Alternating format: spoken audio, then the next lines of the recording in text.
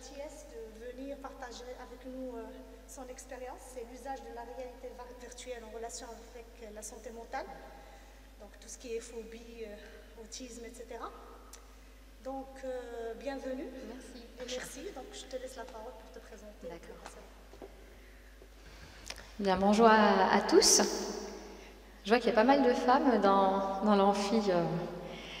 Donc je suis Christelle Béger, je suis psychologue. J'ai une formation de psychologue et aussi de neuropsychologue puisque j'ai été formée pour tout ce qui est troubles neurodégénératifs, c'est-à-dire les maladies Parkinson, Alzheimer. Nous sommes au Maroc, nous intervenons au Maroc depuis 2017 pour accompagner une association qui s'occupe d'enfants et d'adultes autistes. Donc pendant ce séjour, je suis accompagnée du docteur Gonfard, qui est également médecin, mais aussi président d'une association qui s'appelle Sésame Autisme en France, dans les Hautes-Alpes. Je travaille en institution pour adultes autistes en France, pour les enfants et les adolescents également, et j'ai un cabinet en libéral où j'utilise la réalité virtuelle pour prendre en charge les patients qui ont des troubles phobiques. On reviendra après. Alors, juste pour info, je n'ai pas toujours été psychologue parce que j'ai commencé des études comme vous, de mathématiques et d'informatique après mon bac, 2 ans. Et donc voilà, le côté des maths, de la science, de l'informatique liée au domaine de la psychologie, ça se marie plutôt bien. Alors aujourd'hui, en tout cas, j'interviens juste pour vous présenter la réalité virtuelle et son application dans le champ de la médecine, enfin médecine et de la santé en général. Alors, c'est quoi la réalité virtuelle? C'est un ensemble de matériel technologique qui permet aux individus d'interagir avec un environnement virtuel, donc qui a été créé avec une programmation par le biais d'un ordinateur. Les 2 principes qui régissent la réalité virtuelle, est-ce que vous avez une idée de ce qui caractérise les 2 principes essentiels? C'est l'interaction. C'est-à-dire qu'on va utiliser la présence de la personne et de l'ordinateur pour que les 2 interagissent ensemble, puisqu'on va avoir un contrôle avec l'outil informatique. Et l'immersion. Toute la différence de la réalité virtuelle avec les applications qu'on peut avoir sur nos téléphones portables, c'est qu'il y a un sentiment d'être vraiment dans l'environnement.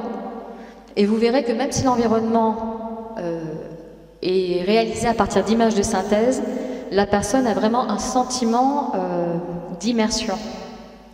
C'est assez surprenant. Alors, la réalité virtuelle, je vais relire un petit peu le PowerPoint.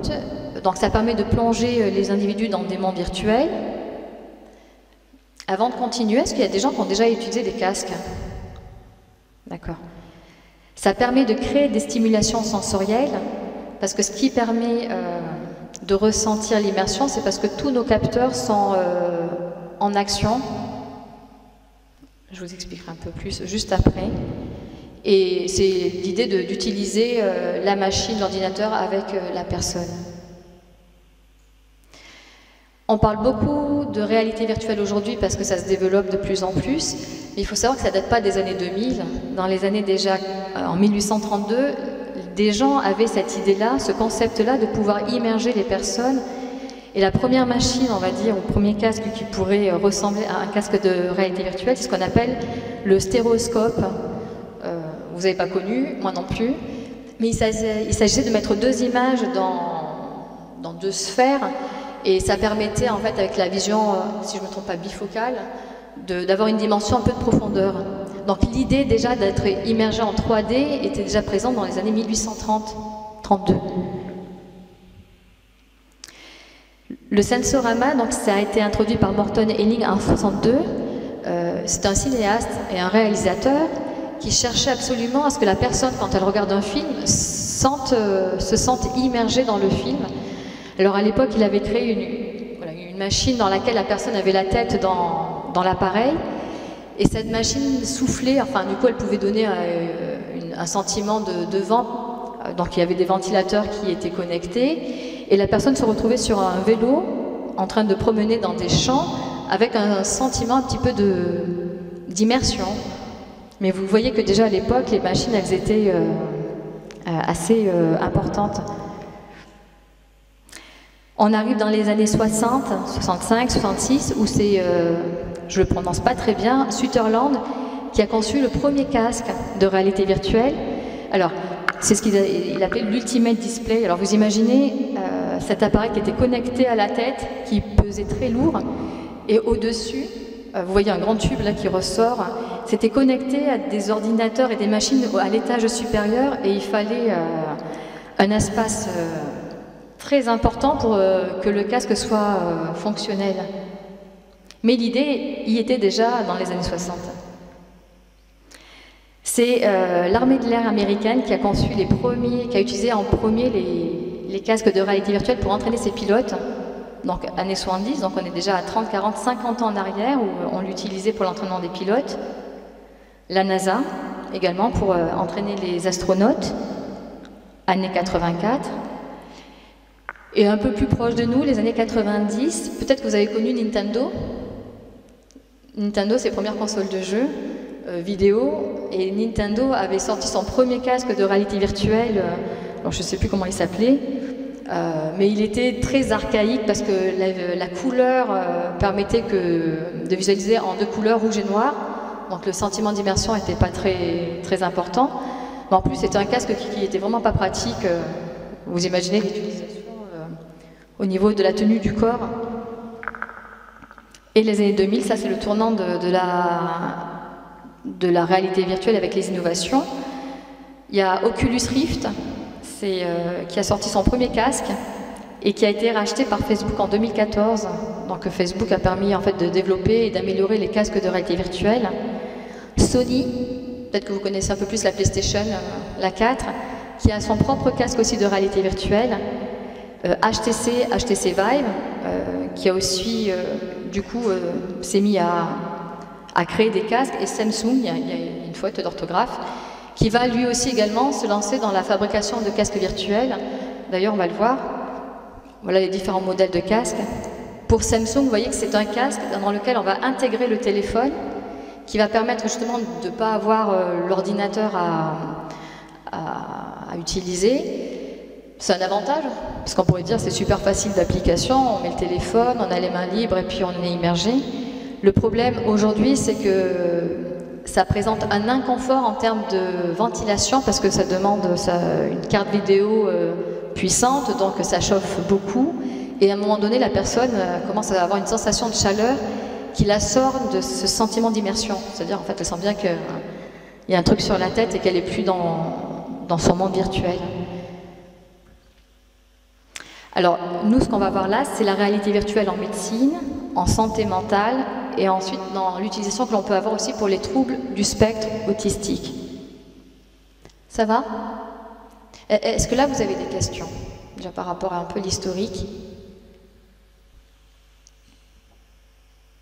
Alors, on va s'amuser parce que je ne suis pas la seule à devoir parler. Hein.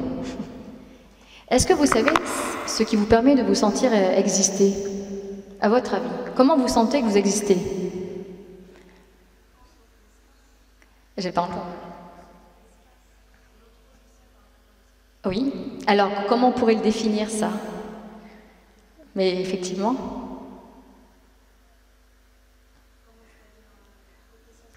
Oui, ben voilà, t'as une réponse.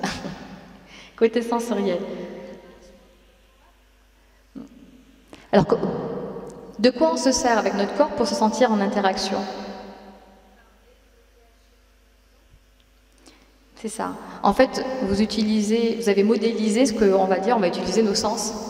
Tous nos sens nous permettent de nous sentir exister. Donc, ce qu'on appelle la proprioception, c'est-à-dire le sentiment du corps dans l'espace, le langage, donc le fait de parler, d'écouter, d'entendre, de sentir, de toucher. C'est tous les éléments sensoriels qui font qu'on se sent exister. Et c'est ce qu'on va retrouver quand on va être immergé, c'est-à-dire que quand on immerge les personnes avec un casque, alors bien sûr, il existe maintenant plein d'appareils, on peut mettre un ventilateur pour avoir cette sensation du vent sur le corps, on a l'audition qui est sollicitée, puisque dans les casques sont intégrés des écouteurs, on peut interagir avec la parole, avec les avatars dans le jeu, On se déplace, le casque nous permet de se déplacer physiquement et on se déplace dans le monde virtuel. Donc on a vraiment plusieurs sens activés lorsqu'on met un casque qui nous donne cette impression d'exister dans le monde virtuel. Il existe même aujourd'hui des plateaux qui permettent d'avoir une sensation de surfer sur la vague ou de skier parce que tout a été conçu pour avoir cette sensation-là. Sans nos sens, on n'a pas le sentiment d'exister. Si vous retirez votre audition, votre vue et puis votre sens tactile, vous allez voir que déjà ça va vous faire bizarre.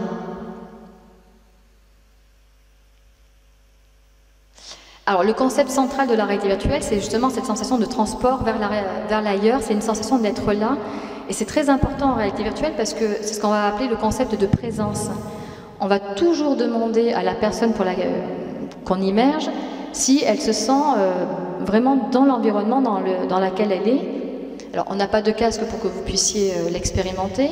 Là ça reste du 2D, mais je vous assure de l'expérimenter que quand on est immergé, on a vraiment cette sensation d'être dans l'environnement, même si on est en lien avec la personne qui est à côté de nous dans la salle.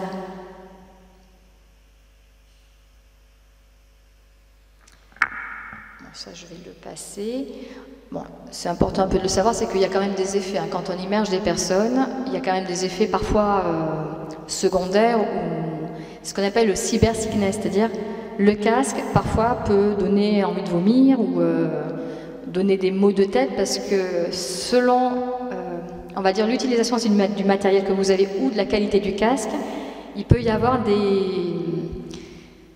des temps d'interaction différents entre le déplacement du corps et le déplacement du visuel. Et ce décalage crée des nausées, des maux de tête. C'est comme quand vous êtes en voiture, hein, il y en a qui craignent les virages, c'est un peu la même chose. Donc à savoir qu'il y a des gens qui sont quand même plus sensibles à la réalité virtuelle, et notamment en termes d'équipement, toujours être vigilant parce qu'on ne peut pas immerger n'importe qui. Je crois qu'on va le voir après. Des personnes qui sont épileptiques, on ne va pas les immerger parce que le fait d'avoir un casque proche de l'œil, ça peut générer, avec les ondes, ça peut déclencher des crises d'épilepsie. Mais également chez des enfants qui ont moins de 6 ans, on déconseille parce que la formation du cristallin n'est pas terminée et on ne se rend pas compte, mais l'écran est très proche et ça peut induire des soucis de développement au niveau de la rétine ou du cristallin, je ne sais pas trop des deux, mais... Donc il peut y avoir des effets pendant l'immersion, mais il peut y avoir des effets ultérieurement, c'est-à-dire qu'il y a des gens qui vont ressentir ces effets-là 2 heures après l'immersion, le temps que le cerveau un petit peu se recentre sur sur les sens. On peut avoir mal au cœur après l'immersion. Bon, c'est plutôt rare, mais ça existe. Ce sont des troubles mineurs, hein, c'est-à-dire qu'il n'y a rien de grave pour la santé en tout cas. Alors au niveau de la santé, les chirurgiens l'utilisent de plus en plus pour s'exercer aux gestes chirurgicaux, qui sont des gestes assez fins, il faut être minutieux. Donc avant, ils s'entraînaient avec aussi de la réalité augmentée. Alors oui, est-ce que vous savez c'est quoi la différence entre la réalité augmentée et la réalité virtuelle? Alors, la réalité augmentée s'utilise avec un casque qui ressemble plutôt à une visière, comme des lunettes. Google avait sorti ses Google Glass. Ce sont des lunettes dans lesquelles vont apparaître soit des informations. Vous allez en Chine, par exemple, la police chinoise est équipée de lunettes à réalité augmentée, c'est-à-dire qu'ils ont les infos sur les gens qui croisent dans la rue. Les chirurgiens utilisaient la réalité augmentée pour imaginer, donc il y avait un corps, et sur le corps étaient greffés des organes virtuels sur lesquels ils allaient s'entraîner. Là, sur l'image, vous voyez, c'est des chirurgiens qui commencent à s'entraîner pour les gestes, mais également pour les protocoles. Opérer, ça nécessite tout un protocole de mise en place pour l'intervention, et ça permet non seulement le geste, mais également d'avoir les protocoles en tête d'intervention. C'est également utilisé pour les anesthésies. Vous savez que l'hypnose s'utilise de plus en plus pour certains actes chirurgicaux et pour éviter parfois des anesthésies chimiques. On utilise l'hypnose. Le casque virtuel est proposé aux patients comme vous voyez. Ce sont bien sûr pour des opérations plutôt légères, mais on va immerger le patient dans un environnement qui va le relaxer, le détendre, avec l'anesthésiste à côté qui va lui parler, et tout doucement, la personne va être déconnectée, on va dire, de son corps et pouvoir subir l'intervention, enfin chirurgicale, mais légère. Au niveau des kinésithérapeutes, ça a aussi pas mal révolutionné leur pratique parce que au niveau du corps, la perception, vous savez, souvent quand vous avez de la rééducation, on vous met sur des vélos, ou on met sur des tapis, et puis on vous fait bouger pour rééduquer. Le fait d'immerger les personnes, il y a déjà un sentiment pour la personne plutôt agréable, c'est-à-dire qu'ils sont parfois sur des vélos avec des casques de réalité virtuelle en ayant la sensation de pédaler en montagne ou sur une route. Donc le temps n'est pas le même et voilà, ça permet comment dirais ça, de rendre la thérapie plus ludique, mais également au niveau de la proprioception, ça peut permettre d'immerger des personnes et de voir comment elles réagissent avec leur corps sans que l'environnement bouge. Des fois, le kiné n'a pas la possibilité de sortir avec son patient pour tester sa marche, tester son équilibre. Donc il va l'immerger et jouer sur l'environnement pour voir la réaction de la personne. Ça va? Des questions?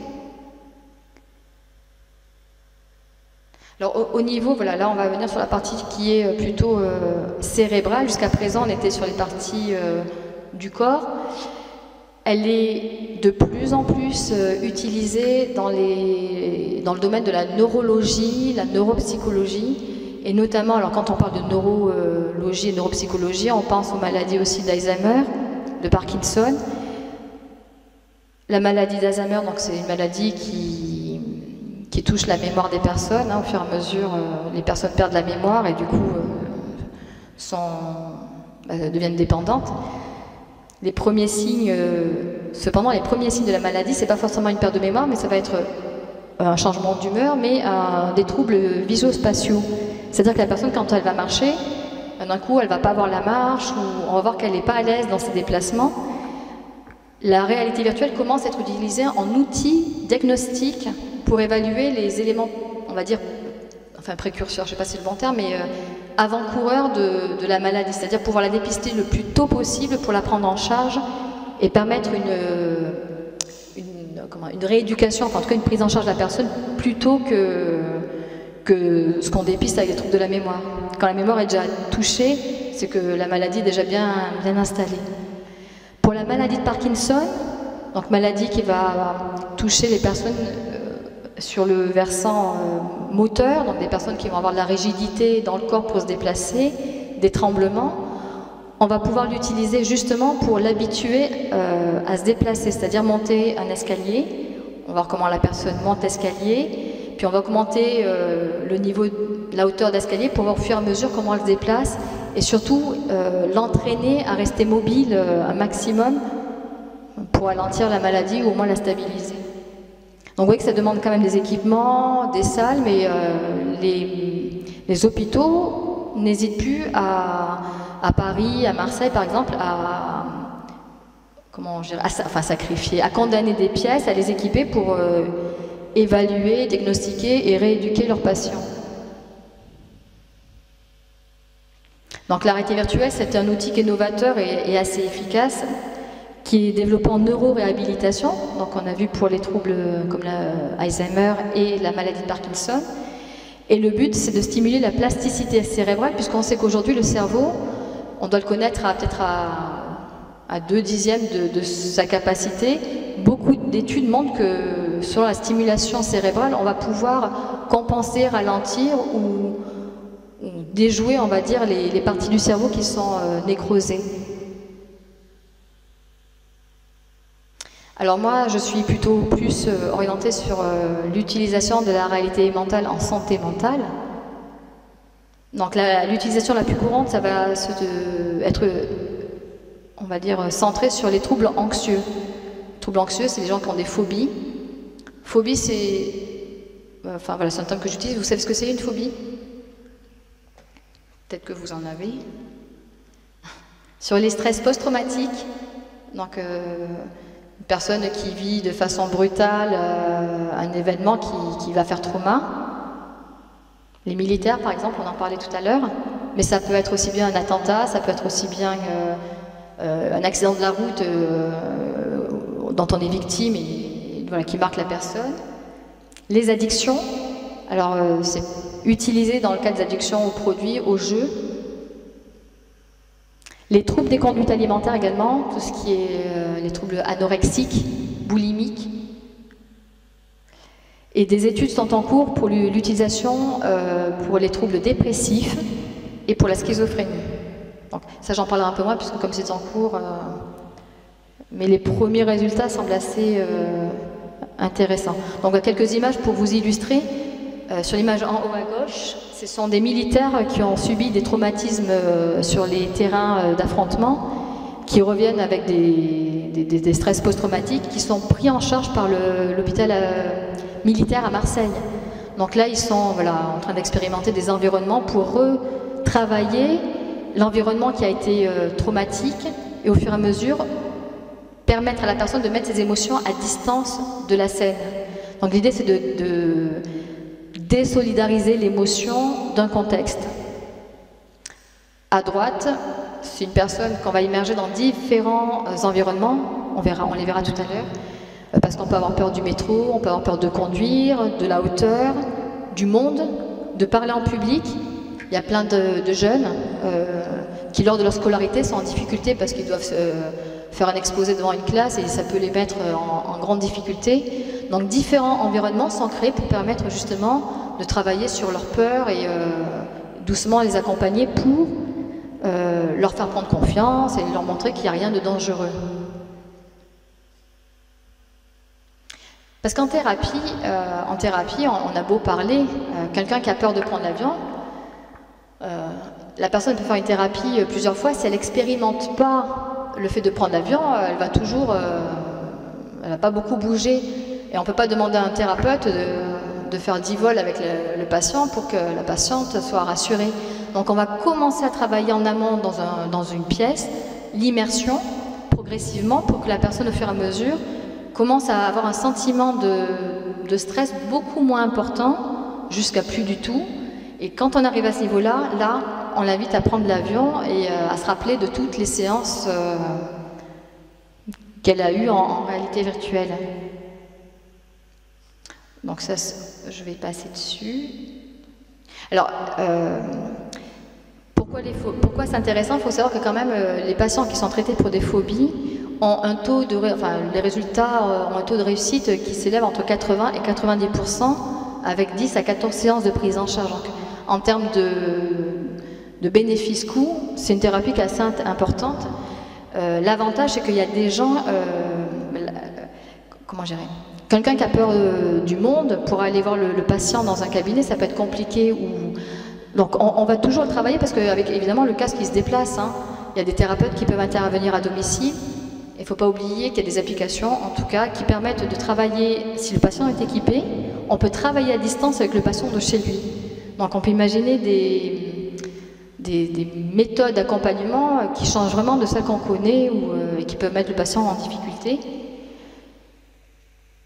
Et il faut penser que tout ce qui est phobie, les gens parlent très peu, il y en a beaucoup qui en ont, il y a des chefs d'entreprise qui ont peur de prendre l'avion, de se déplacer en voiture, de prendre l'ascenseur, hein, la claustrophobie, hein, les gens qui ont peur d'être enfermés. Alors, qu'est-ce que permet la réalité virtuelle? De reconceptualiser le monde réel. Alors là, on attaque un petit peu la technique, comment ça s'est utilisé, c'est qu'on est tous faits de pensées, de croyances, et on a tous une certaine vision de notre environnement. Et notre vision, elle est basée par rapport à ces filtres que l'on a. Donc moi, je vous vois là, je pourrais me dire, ils sont super nombreux à m'écouter. Si je mets une autre personne qui a d'autres filtres, qui est habituée à faire des conférences, elle va se dire, mais en fait, il n'y a personne dans la salle, il y a encore plein de places libres. Selon qui nous sommes, nous avons une certaine perception de notre environnement. Il y a des gens qui vont avoir peur d'aller au cinéma. Donc ça peut paraître une peur irrationnelle parce que le cinéma, on est enfermé, il y a du monde. Et ça va être compliqué on va dire, elle a une conception de son environnement. L'idée, c'est pour un même environnement, transformer sa perception. Je donne juste un exemple. Vous avez 2 petites bouteilles d'eau sur la table. Si je vous demande qu'est-ce que vous voyez, vous allez me répondre 2 bouteilles d'eau avec un bouchon rose et puis positionnées de telle façon. De votre point de vue, les bouteilles ont une place géographique, une certaine place géographique. Moi, je vois la même chose que vous, on voit la même chose, mais de ma place, je vois les bouteilles disposées d'une autre façon. L'idée, en fait, de la réalité virtuelle, c'est de pouvoir jouer sur cette façon de concevoir, conceptualiser le monde d'une autre façon. Toujours vous dire que ce que vous voyez, c'est qu'une vision du réel. C'est-à-dire que vous me voyez d'une certaine façon, en fait, chacun d'entre vous me voit différemment, on va dire ça comme ça, parce qu'on est avec... quand on est, notre cerveau se développe en fonction de notre environnement, de notre éducation, donc ce sont toujours les mêmes zones qui vont être activées quand on est en interaction avec les gens.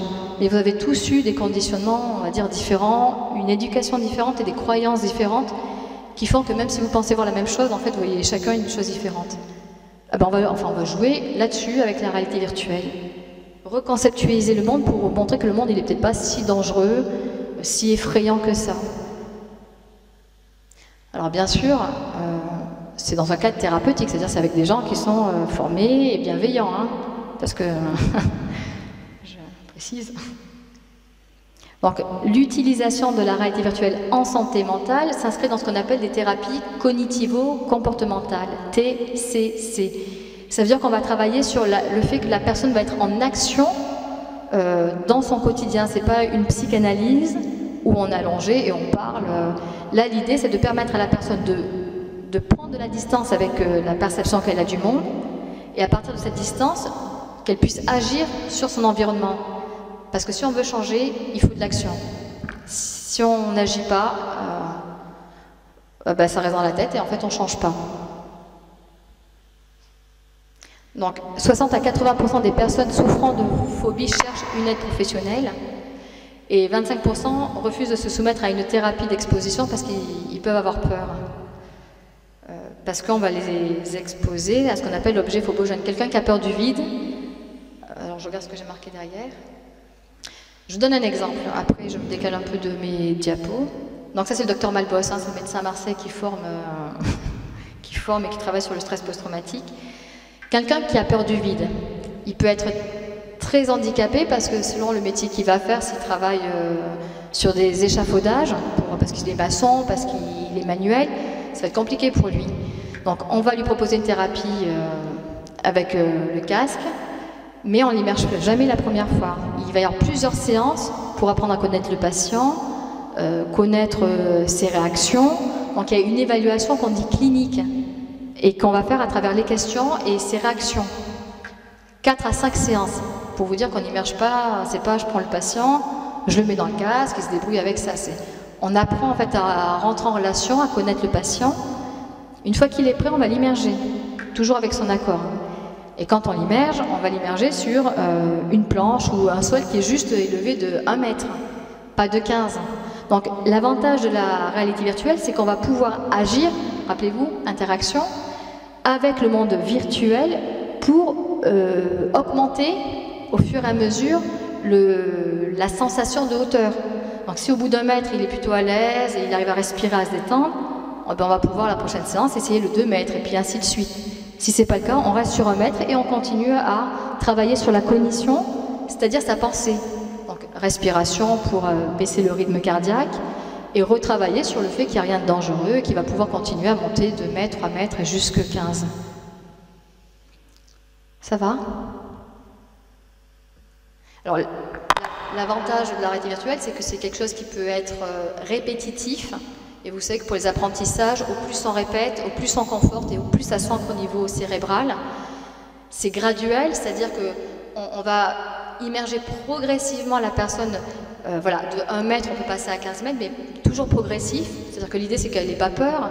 Si on la balance à 15 mètres dès le début, tout le corps va réagir comme il est habitué, c'est-à-dire accélération du rythme cardiaque, transpiration, sentiment d'avoir la gorge serrée. Donc l'idée, c'est que c'est progressif, répétitif, et elle est toujours en lien avec le thérapeute.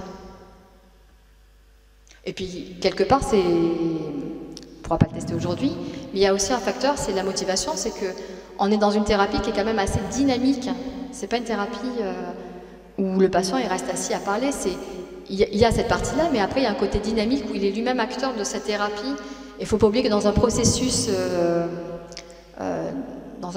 de changement, si la personne n'est pas acteur ou actrice, ben, il ne se passe rien. C'est-à-dire que ce n'est pas le thérapeute qui est tout puissant, c'est la personne qui est acteur, actrice, qui devient acteur en tout cas de son processus de changement.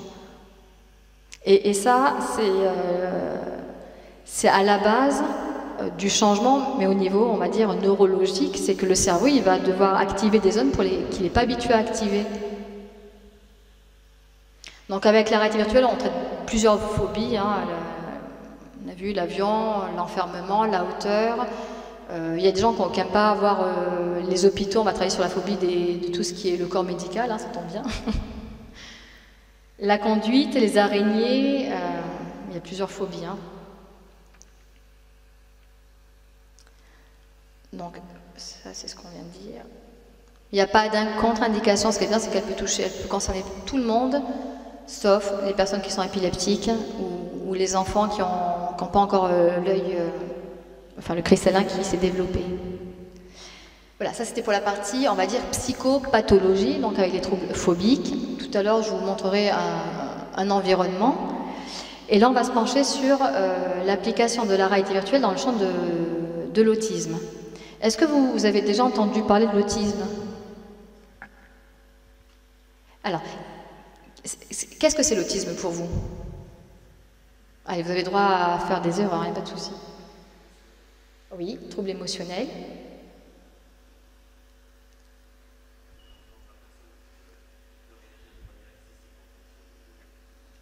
De la situation.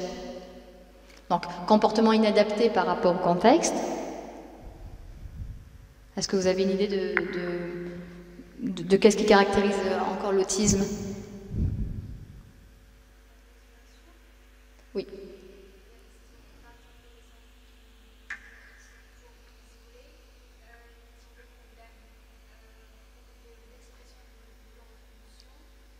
Oui, c'est très bien.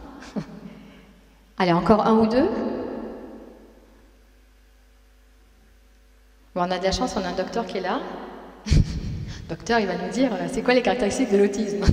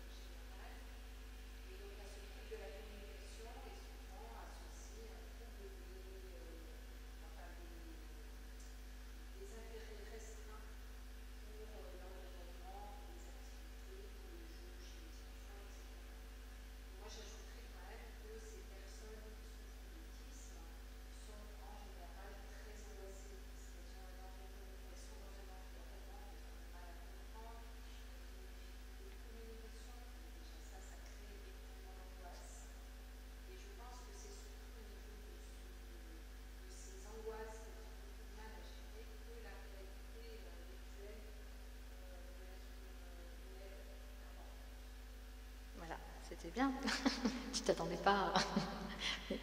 Alors, quand vous parliez de réaction inadaptée, c'est exactement ça, c'est que la personne va interagir de façon très maladroite avec son environnement. Donc, soit elle va crier alors qu'il ne fallait pas crier, soit elle va parler tout le temps alors que chacun son tour. Elle ne va pas mesurer comment il faut être en fait avec les autres personnes. On parlait de troubles sensoriels. Promener parfois dans un centre-ville pour une personne autiste, on n'imagine pas l'énergie que ça lui demande parce qu'elle va traiter toutes les informations sonores avec la même intensité. Alors, d'une personne à l'autre, ça peut changer, mais je vous donne un exemple. Hein. Je suis en train de vous parler.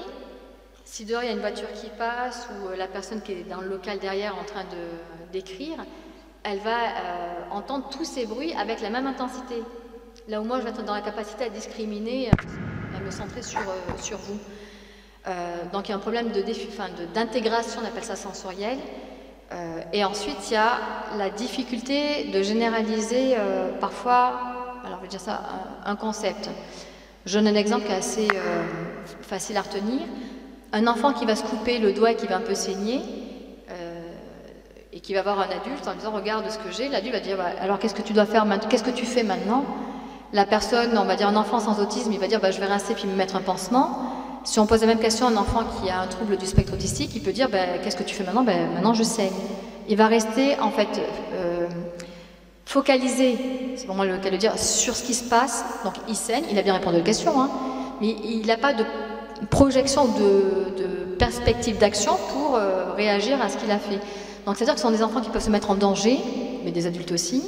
Ça veut dire qu'en termes d'organisation dans leur vie quotidienne, ben, ça va créer des complications parce que ce qui vous paraît pour vous évident, vous êtes à la gare, vous devez prendre votre train, vous allez être attentif à l'heure, il suffit qu'il y ait une chanson qui passe que vous adorez, ça ne va pas vous déconcentrer de l'attention à l'heure d'arrivée du train. Une personne avec autisme, il suffit qu'une chanson passe qu'elle adore, elle va être dans son morceau, dans sa chanson, elle ne pensera plus qu'elle est à la gare et que son train va arriver et elle peut louper. Alors c'est c'est vraiment caricature les situations, mais voilà la différence de perception qu'elles ont dans le monde. Donc au quotidien, il faut penser que ce sont des personnes qui utilisent une énergie énorme. Je crois que non, on ne peut pas se l'imaginer parce que nous, au bout de 2 heures, je crois qu'on serait vraiment fatigués. Elles ont dû mettre en place, soit elles s'isolent. D'ailleurs, c'est une des raisons aussi pour lesquelles elles s'isolent, c'est que quand on s'isole, du coup, on a moins de choses à traiter. Parce qu'il faut comprendre les relations sociales. Alors, c'est pas complexe entre nous, mais alors quand on a ce trouble-là, c'est encore plus complexe. En plus des stimulations sensorielles. Donc, imaginez le cerveau comme il est très sollicité par toutes les stimulations. Donc, l'idée de l'utilisation de la réalité virtuelle, ça va permettre. Je regarde ce que j'ai derrière. Enfin, l'idée, elle est déjà utilisée pour les enfants, pour évaluer les troubles sensoriels, mais l'idée, ça serait même de créer des environnements, je préfère dire, diagnostiques. Parce qu'à savoir qu'aujourd'hui, comme disait Véronique, le trouble, c'est un trouble neurodéveloppemental, mais on ne le dépiste pas à la naissance, ni in utero. Enfin, la trisomie, par exemple, on va faire des tests et à partir d'une analyse sanguine, on va pouvoir voir si la personne si l'enfant est porteur de la trisomie 21 in utero. L'autisme, on ne peut pas faire une piqûre pendant la grossesse pour savoir si l'enfant il va naître autiste ou pas. Toute l'évaluation diagnostique, elle va porter sur ce qu'on appelle l'observation clinique, c'est-à-dire comment se comporte l'enfant, comment il réagit. Alors des fois, c'est ça saute aux yeux et parfois ça saute beaucoup moins aux yeux. Et tout ça, c'est basé sur quelque chose qui reste finalement un peu subjectif aussi, c'est-à-dire à un moment donné, comment les parents perçoivent l'enfant, parce qu'il y a des formes d'autisme qu'on voit très tard. Hein. Chez des adultes, il y a des adultes qui sont diagnostiqués qu'à partir de 30 ans, 35 ans, parce que ce sont des traits qui n'ont pas été perçus dès la naissance et qui se révèlent au fur et à mesure du vieillissement, en tout cas de leur expérience de vie, parce qu'ils se sentent différents, ils n'arrivent pas à trouver un boulot, ou ils n'arrivent pas à le garder, ils n'arrivent pas à garder une relation, ou ils ne comprennent pas la relation. En fait, c'est dans le temps qu'on va récupérer les éléments cliniques pour faire une évaluation. Je vous donne un exemple parce que d'une adulte que j'ai rencontrée il n'y a pas très longtemps, qui a été diagnostiquée dépressive, et au cours de l'entretien, par exemple, donc elle a 40 ans, prof de philo au lycée, qui a dû arrêter parce que gérer une classe avec 30 élèves, être en interaction, c'était compliqué pour elle. Donc quand elle rentre à domicile le soir, elle n'en pouvait plus parce que ça l'a vidée. Donc elle a changé de métier, elle est devenue journaliste indépendante. Donc voilà, elle gérait ses entretiens, 1, 2 personnes, pas plus. Son temps, son emploi du temps. Elle ne savait pas qu'elle était autiste à ce moment-là. C'est au fur et à mesure des questions, elle s'est rendue compte qu'effectivement, elle s'est toujours sentie un peu différente, que les courses, elle fait les courses quand il n'y a plus personne dans les magasins parce que ce monde, ça l'a gênée. En fait, elle avait compensé son handicap sans s'en rendre compte, mais en fait, elle est autiste. Mais ce sont des questions que l'on ne pose pas aux patients. Un médecin, alors toi Véronique, tu es sensibilisée, alors j'imagine que tu as cette vision-là, mais souvent les généralistes, mais même les psychiatres, quand ils voient une personne dépressive, ils vont diagnostiquer une dépression. Ils ne vont pas penser que la dépression, c'est un symptôme secondaire au trouble autistique. C'est parce que la personne elle est autiste et qu'elle a du mal à s'adapter qu'au fur et à mesure la fatigue, et au fur et à mesure de la fatigue, on a une humeur qui est triste et puis après on est vraiment en dépression. Donc l'idée, ça serait de créer un outil, du coup, diagnostic d'évaluation d'un profil. Est-ce que la personne elle est réellement dépressive? Et si on l'immerge dans un environnement, comment elle va réagir? À partir des éléments obtenus par rapport à sa réaction, on va déjà pouvoir se dire s'il n'y a pas autre chose qu'une dépression. Ou ça se trouve, c'est vraiment qu'une dépression, il n'y a pas de trait autistique derrière. Mais les médecins ne pensent pas poser ce genre de questions au niveau sensoriel, ni au niveau du quotidien. Hein. Ils vont souvent se focaliser s'il y a eu un deuil avant, s'il y a eu quelque chose, une pression au boulot. On ne va pas penser qu'elle peut avoir un fonctionnement cognitif différent qui génère une fatigue quotidienne, qui elle-même va entraîner comme un burn-out hein, et plonger la personne en dépression. Donc, au niveau des troubles du spectre autistique, l'avantage de la réalité virtuelle, c'est qu'on va pouvoir l'utiliser dans au moins 3 domaines, sans doute il y en aura plus, mais en tout cas les 3 domaines les plus caractéristiques vont être le domaine cognitif, comment la personne autiste perçoit son environnement. Si je vous parle de Joseph Chovanec, ça vous parle? Alors les personnes avec autisme ont une mémoire visuelle très importante. On en parlait mardi. Si on demande à une personne de c'est quoi un chien, si je vous dis c'est quoi un chien, vous me répondez quoi? Comment? Un animal. Comment on peut caractériser un chien?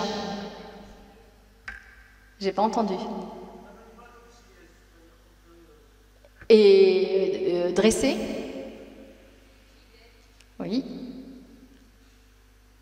Alors c'est intéressant parce que je m'attendais à ce que vous me dites, à ce que vous me disiez 4 pattes, une queue et ça mord et ça aboie. Mais vous avez pris des caractéristiques bien plus élaborées, c'est-à-dire déjà en relation avec l'être humain, qui peut vivre avec des personnes à domicile. Donc déjà vous avez une conception du chien qui est déjà ce qu'on appelle à un niveau un peu plus élevé. Le basique, ça serait 4 pattes et ça aboie, enfin basique. Le concept de chien, c'est celui-là. Pour les personnes avec autisme, quand on parle qu'est-ce qu'un chien, elles ne vont pas parler que c'est un animal fidèle ou qu'on peut dresser. Elles vont avoir une image dans leur cerveau qui arrive de chien, c'est-à-dire c'est le chien qu'ils ont à la maison ou le chien de la voisine ou de leur cousin. C'est une image qui va apparaître là où vous avez des concepts qui apparaissent. Donc ils ont une façon de percevoir l'environnement pas tout à fait comme nous, mais qui n'est pas moins bien, hein, qui est juste différente.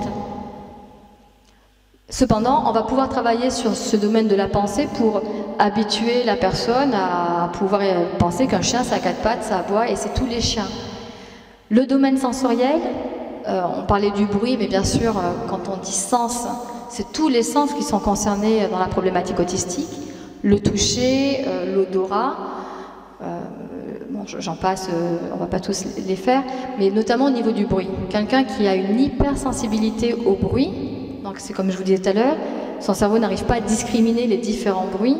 On peut imaginer travailler en réalité virtuelle sur l'intégration, on appelle ça l'intégration sensorielle. C'est-à-dire on immerge la personne dans la salle. Comme on peut jouer avec l'ordinateur, on va lui proposer juste un bruit, par exemple le bruit du ventilateur de l'ordinateur, que vous entendez sans doute pas. Elle va l'entendre.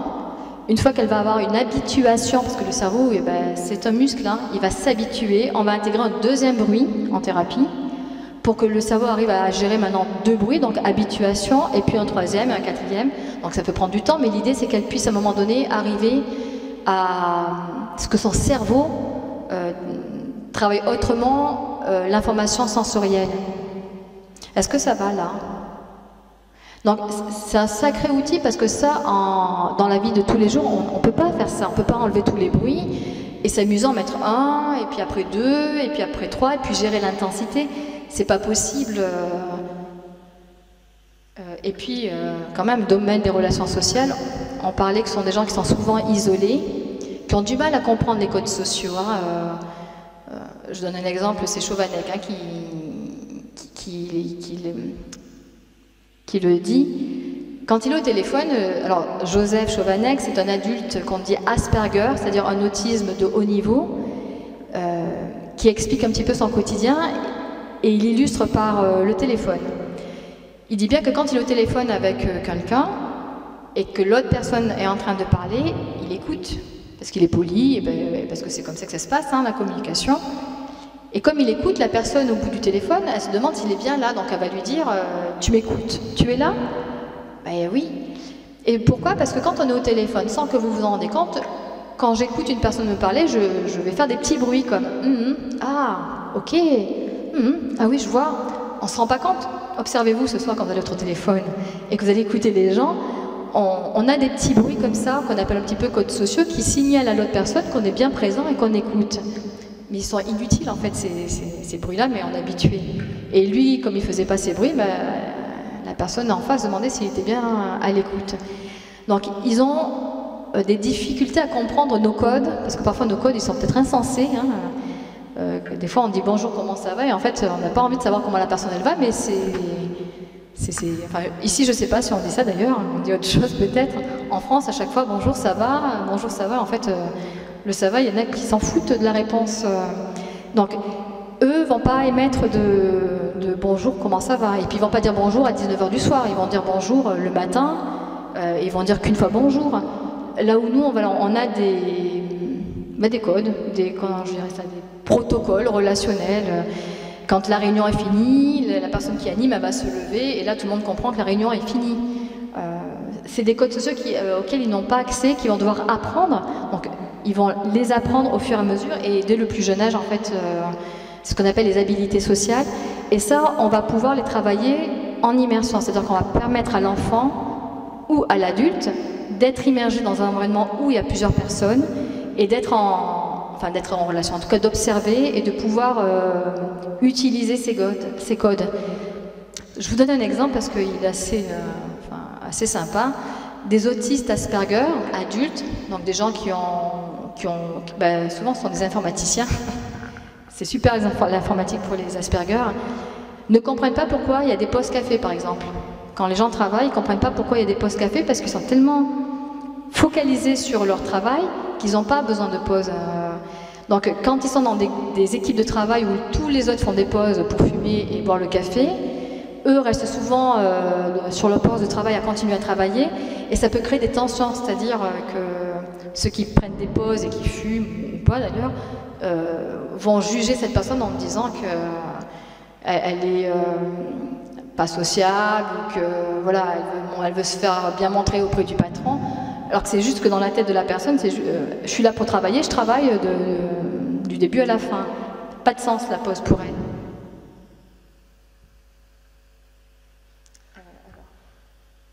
Donc il y a des études, il y a plusieurs études qui sont sorties par rapport aux relations sociales, l'intérêt de la réalité virtuelle dans les relations sociales, et des études qui sont en cours ou en création pour tout ce qui est troubles sensoriels. Alors je sais pas pourquoi. Non, c'est parce que c'est fini, mon diapo est fini. Alors déjà par rapport à tout ce que j'ai dit peut-être beaucoup de choses, en plus dans des domaines qui sont peut-être pas forcément votre domaine. Hein. Est-ce que vous avez des questions sur la réalité virtuelle, sur l'autisme, sur la phobie, sur l'intérêt de l'outil?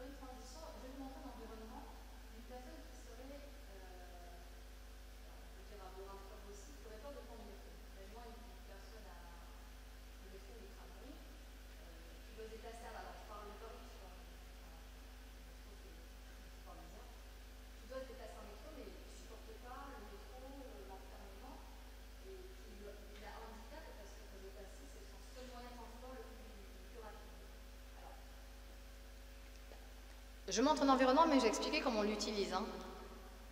Alors. Donc, quelqu'un qui a peur.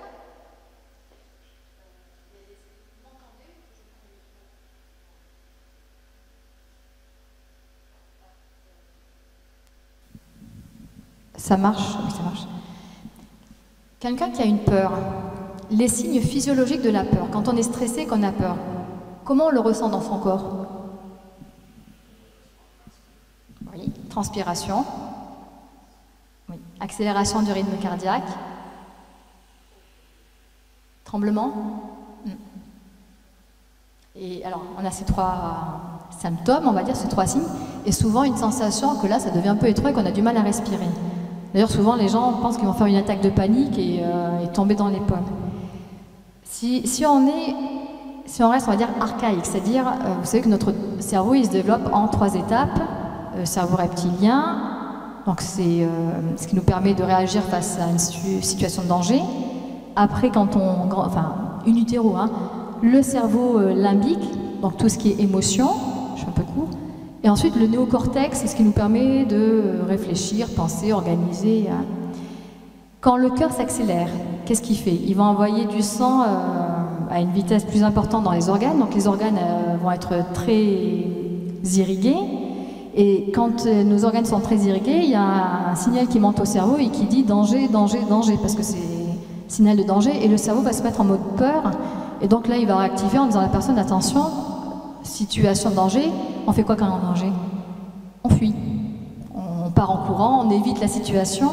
C'est ce processus-là, c'est sur ce processus-là en fait qu'on va interagir en thérapie. Donc, comment on va permettre à la personne de faire redescendre son rythme cardiaque et de penser qu'en fait il n'y a pas de situation de danger puisque prendre le métro, c'est pas dangereux. Bon, bien sûr, le danger est partout, mais il faut qu'on lui dise que c'est pas dangereux.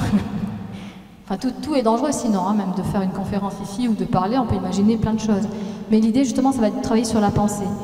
C'est-à-dire qu'on a peur, j'essaie de modéliser, la peur du métro, hop, j'ai mon cœur qui s'accélère, ça envoie un signal au cerveau qui me dit « fuis ». Donc qu'est-ce que je vais faire? Je ne vais pas prendre le métro, je vais me débrouiller pour ne pas le faire.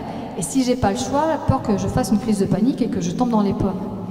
Donc en environnement virtuel, on va évaluer la peur de la personne, c'est-à-dire comment elle réagit quand elle a peur, comment elle se sent dans son corps et qu'est-ce qu'elle pense. C'est-à-dire qu'elle va se dire « je vais mourir, je vais être étouffée, on va me pousser », parce qu'il y a des pensées qui arrivent. Hein. La peur, elle est générée par des pensées. Et si je suis étouffée, je vais manquer d'air, je ne vais pas respirer dans le métro. Donc l'idée, c'est de retravailler sur la pensée et sur la physiologie du cœur. Donc les premières séances de thérapie, ce n'est pas de l'immersion, c'est de la respiration. Bizarrement, en psychologie, on va faire de la relaxation et on va permettre à la personne d'apprendre à respirer. C'est-à-dire souvent des inspirations et expirations lentes pour la simple raison que on va essayer d'induire une cohérence cardiaque. C'est-à-dire au plus je respire lentement, au plus mon rythme cardiaque il redescend. Si mon rythme cardiaque redescend, mes organes sont moins irrigués et mon signal au cerveau de peur commence à moins être activé. Donc on va apprendre dans un premier temps à respirer avec des techniques de respiration, de relaxation. Quand la personne maîtrise, on commence à travailler sur la pensée. Et qu'est-ce qui vous arriverait si vous prenez le métro? Qu'est-ce qui pourrait se passer? Et on va commencer à lui dire qu'elle est capable. C'est-à-dire, on envoie des strokes, on appelle ça des strokes positifs, c'est-à-dire à l'encourager, à se dire, est-ce que vous avez déjà entendu des gens qui sont morts dans le métro étouffés? Ben non, ben vous voyez, c'est quelque chose qui n'existe pas, c'est pas possible, on peut pas mourir étouffé. Donc on va essayer de lui induire d'autres pensées, en tout cas d'autres façons de voir le métro. C'est ce que je vous disais tout à l'heure. Quand on est dans une situation, je la vois à partir de mes filtres. L'idée, c'est de lui ouvrir et de lui donner d'autres filtres pour justement qu'elle se rende compte qu'il y a plein d'autres façons de voir le métro. Donc, on travaille ça sur 3-4 séances et ensuite on immerge. Alors, toujours avec son accord et tout au long de l'immersion, on va lui demander d'évaluer son stress. C'est-à-dire, dans cet environnement, comment vous vous sentez? Évaluez votre stress entre 0 et 10. Si elle est au-dessus de 7, on peut lui dire de retirer son casque. ou de mettre en pratique la respiration et les pensées, et doucement on l'accompagne pour qu'elle reste dans l'environnement et qu'elle avance, qu'elle évolue. Donc une personne qui aurait peur du métro, on ne va pas la balancer en plus dans l'immersion, je vous rappelle, c'est progressif. On va l'immerger à l'entrée du métro, vous voyez, on n'est même pas dans le souterrain, on est juste à l'entrée du métro. Et sur mon ordinateur, donc elle ne voit pas les paramètres. Elle est dans l'environnement que vous voyez là. Elle se sent voilà, vraiment immergée et sur cette place-là. Moi, à mon ordinateur, j'ai tous les paramètres. Donc, je peux lui proposer, par exemple, si son cœur s'accélère parce qu'elle a peur, je peux lui proposer, là où il est marqué audio non, je l'active, et elle peut entendre le rythme cardiaque d'une personne qui n'est pas stressée. Pourquoi? Parce que le fait d'entendre le rythme cardiaque d'une personne pas stressée, elle peut se caler au fur et à mesure de l'écoute sur le rythme cardiaque de ce qu'elle entend. Donc il peut y avoir un effet où on lui demande de se caler sur la respiration, parce qu'il y a... là où il y a le cœur, en fait, on lui propose un rythme de respiration pour faire baisser le rythme cardiaque. Donc si elle panique, on peut lui dire, attendez, écoutez, donc on la focalise sur une respiration lente, sur laquelle elle va progressivement se caler, et forcément elle va être un petit peu moins stressée. Je peux également, donc ça c'est au niveau des options, rajouter des avatars ou pas dans l'environnement. Est-ce que je mets un environnement où c'est des heures de pointe et je mets plein de personnes, ou je commence par un environnement où il n'y a personne dans le métro, comme ça elle n'est pas trop stressée. Donc c'est ça l'avantage de la réalité virtuelle, c'est qu'elle a le sentiment d'y être, et en plus nous on peut jouer sur les paramètres. Donc est-ce que c'est beaucoup fréquenté ou pas, et je peux même jouer sur le regard. Vous savez, quand on a peur, on a l'impression que ça se voit, hein. Quand on a peur de parler en public, on a l'impression qu'on est tout rouge et que les gens voient. Quand on a peur d'être enfermé, on a l'impression que tout le monde a remarqué qu'on avait peur. Donc il y a ce côté où les gens ont peur du regard des autres. Donc là on va même pouvoir jouer sur le regard. Alors les avatars sont les personnages qu'on crée virtuellement, qui représentent des personnages dans la scène virtuelle. Donc on l'immerge dans un premier temps à l'extérieur du métro, toujours en la guidant et en lui demandant comment elle se sent. On est toujours sur les sens et les émotions. Et quand elle se sent prête, parce que maintenant ça lui fait plus peur d'être là, on l'immerge dans le métro. Ça va donner...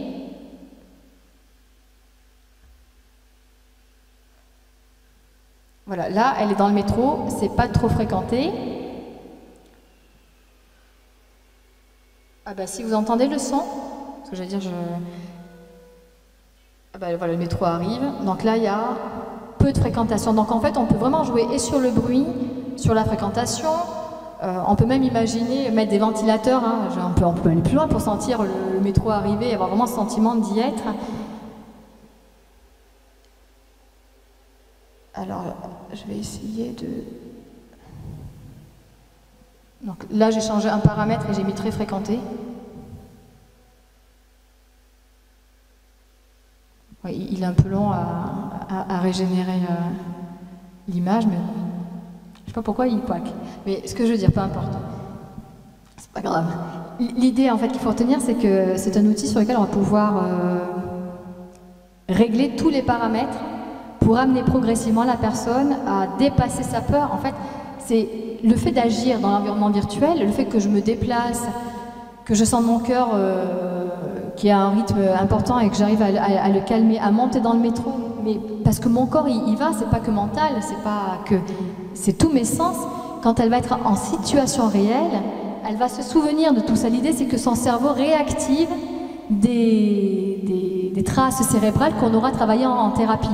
L'idée est là, et souvent les gens disent quand je suis à l'extérieur, je me souviens de ce qu'on a fait, je respire, et ça y est, c'est passé, et j'ai ma petite voix qui... En fait, ils se souviennent de tout, et le cerveau, il va réactiver pas le circuit de la peur et de la fuite, mais le circuit de « je sais que je vais y arriver, je sais que je peux le faire parce que je l'ai déjà fait ». Donc en fait, on est dans quelque chose qui encourage la personne à agir, et vous savez très bien que le courage, il vient avec l'expérience. Au plus on agit, au plus on a du courage, au moins on a peur, et puis au plus on avance. L'idée, elle est là, et la personne est actrice. C'est vraiment la personne qui est au cœur du processus thérapeutique, contrairement à d'autres thérapies où elle est passive et ça reste dans le mental. Il y a du mental, il y a de l'action et de l'émotion. Enfin, la personne, elle est... on est ça, on est une tête, un cœur et des jambes. La thérapie avec la réalité virtuelle va permettre de travailler sur cet axe-là et du coup permettre à la personne d'évoluer et de changer. Donc ça c'est pour les phobies, mais c'est pareil pour la mémoire, c'est pareil pour les personnes avec autisme, c'est leur dire qu'ils sont capables. Au final, en fait, qu'est-ce qu'on leur dit, c'est non seulement on travaille les connexions synaptiques cérébrales, et en plus il y a quelque chose de valorisant, parce qu'il ne faut pas oublier que c'est dans l'utilisation de l'outil, il est dans un cadre sécurisant, c'est-à-dire qu'ils ne sont pas exposés à tout le monde. Quand on a peur, on ne veut pas être exposé, hein, on veut plutôt se cacher. Donc, il y a quand même quelque chose de sécurisant dans la réalité virtuelle, c'est que c'est dans un espace clos, avec un thérapeute ou quelqu'un qui accompagne. Donc la personne, elle est déjà... plus facilement, elle va aller vers la thérapie ou ce travail-là. C'est un côté ludique, hein. Quand on a des peurs et qu'on reste allongé ou en thérapie, au bout d'un moment, ça peut être aussi ennuyeux de dire toujours la même chose. Là, il y a un côté un peu ludique, on joue, c'est surprenant. Et je peux vous dire que c'est surprenant l'immersion. Il y a des gens qui vous parlent, qui sont immergés dans le casque et qui ne se rendent pas compte qu'ils sont en train de marcher, ils sont dans le bureau, mais leur cerveau, il est dans le monde virtuel et pourtant ils sont toujours en lien avec le thérapeute. C'est ça qui peut dérouter, c'est qu'on peut se dire oui mais ils savent que c'est pas vrai. Bah oui, ils savent, mais le corps, lui, il a l'illusion d'y être et c'est là-dessus qu'on travaille. L'illusion du corps d'être ailleurs, le sentiment de présence ailleurs, même si la tête, elle sait très bien qu'il n'est pas... ailleurs. Physiologiquement, le corps il réagit exactement pareil que dans un contexte habituel. Pour Alzheimer, par exemple, ils ont proposé aussi le casque de la réalité virtuelle pour projeter des images ou des environnements qui correspondent au lieu où la personne a vécu. Quelqu'un qui parle la mémoire, vous savez que c'est la mémoire à court terme qui se perd en premier, mais tous les souvenirs anciens sont assez préservés. Et ben on va jouer là-dessus, c'est-à-dire qu'on va projeter des images d'une maison où la personne a grandi, elle va les reconnaître, et qu'est-ce qui se passe? L'émotion de plaisir, de sécurité va arriver, et système limbique, quand le système limbique est activé, on peut réactiver le néocortex au-dessus et jouer. On apprend quand on est dans des conditions, de bonnes conditions, on apprend quand on est de bonne humeur. Quelqu'un qui a peur, il n'apprend pas. Quelqu'un qui est triste, il n'apprend pas. Donc on peut jouer aussi sur la réaction, le fait de réactiver des émotions agréables pour entraîner ensuite un apprentissage ou de nouvelles habituations au niveau cérébral. Là, on peut en parler encore longtemps, mais peut-être que vous avez des questions. J'espère que j'ai répondu à la vôtre.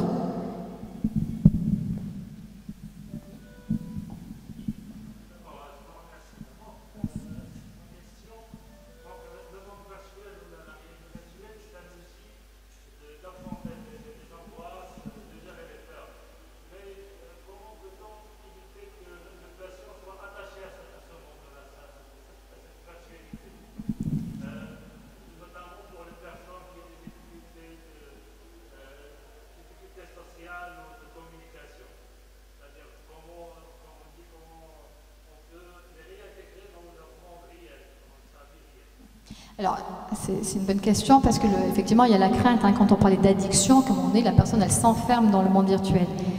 Voilà, vous aviez bien précisé, c'est un outil. Ça sous-entend qu'en tout cas dans le cadre thérapeutique, la personne, elle n'est pas seule. Hein. Il y a toujours le thérapeute qui l'accompagne. L'idée, c'est de l'immerger, mais de la mettre après en situation réelle. Donc, on expérimente en cabinet et après, elle va l'expérimenter à l'extérieur. Après, effectivement, on n'est pas garant que si elle est équipée chez elle d'un appareil comme des jeux, hein, on n'est pas garant que chez elle, si elle s'enferme dans les jeux comme les jeux vidéo, c'est un peu plus complexe. L'idée dans les phobies, c'est qu'elle puisse dépasser et surtout retravailler le fait qu'elle a une... Quand on dit on travaille sur l'angoisse, en fait, on va travailler sur la représentation. Donc avoir accès à une autre représentation de l'environnement, donc l'envie du coup d'y aller dans cet environnement-là. Donc si j'ai envie d'y aller, je vais sortir de chez moi, quitter mon casque et peut-être même plus en avoir besoin à un moment donné.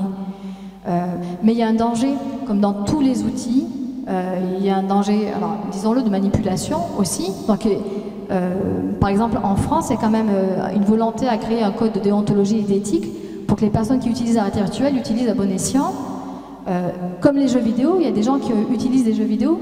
On avait la situation d'une personne autiste qui joue beaucoup aux jeux vidéo chez lui et qui expliquait que c'était intéressant parce qu'il pouvait vivre à travers son personnage, mais comprendre les réactions de son personnage Et ça, dans le monde réel, il pouvait du coup comprendre un peu mieux les réactions et comment lui pouvait réagir. Mais la personne, elle était suffisamment ancrée, on va dire, pour faire la part des choses entre virtuel ou jeu et monde réel. On ne peut pas garantir aujourd'hui qu'une personne ne va pas s'enfermer dans le monde virtuel si elle est seule. Hein. En thérapie, l'idée c'est justement une immersion, c'est 10 minutes. Hein. Ah oui, je rappelle aussi, c'est pas 1 heure d'immersion avec le patient, c'est on échange, il y a 4-5 séances sans immersion, et quand on immerge, c'est 10 minutes, après on lève le casque et on échange, et on remet 10 minutes, pour que justement le cerveau ne s'habitue pas à être complètement dans le monde virtuel. Comme tout produit, au plus on en consomme, au plus on y va, et puis après on a du mal à s'en défaire. Hein. Donc là, c'est toujours à petite dose.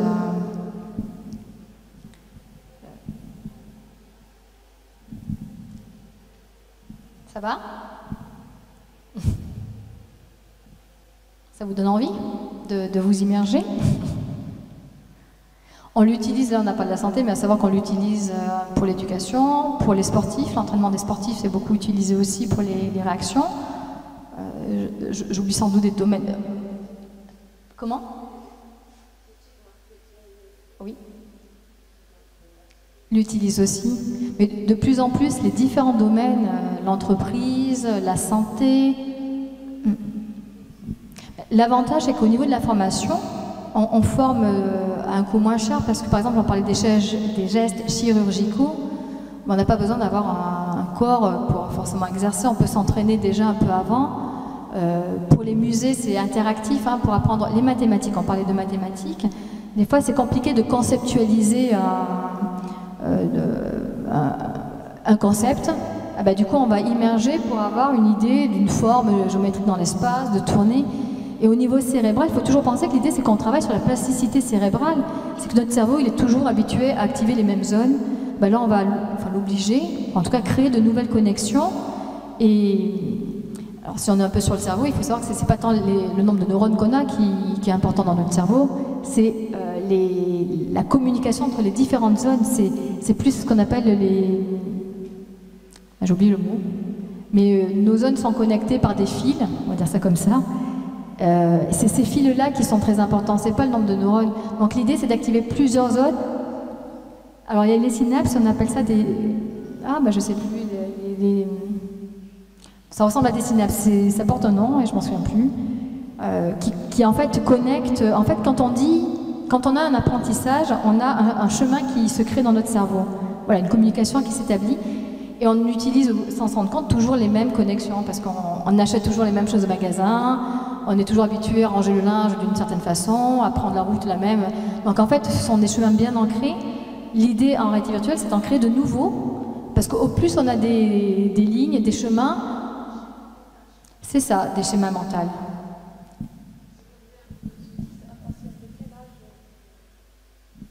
Pour les personnes autistes ?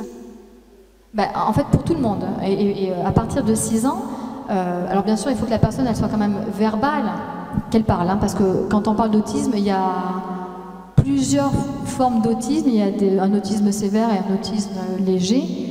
Les gens qui n'ont pas accès à la parole, je dirais que là, moi, j'immergerai pas, parce que je ne sais pas ce qui se passe dans leur tête, c'est quand je l'immerge. Donc, l'idée, c'est quand même qu'on soit en relation et que la personne puisse nous dire ce qu'elle voit, ce qu'elle ressent. Si elle n'est pas en capacité de le faire, je dis je parce que je ne sais pas d'autres, je ne prendrai pas le risque d'immerger quelqu'un qui est non-verbal. Donc il y aura d'autres thérapies qu'on proposera à ce moment-là, mais pas la réalité virtuelle.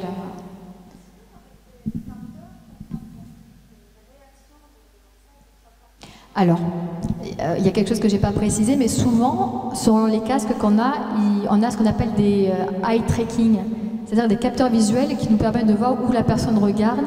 Donc ça, on arrive à lire. Ça permet de voir, si elle ne parle pas, en tout cas, sur quoi s'oriente son attention.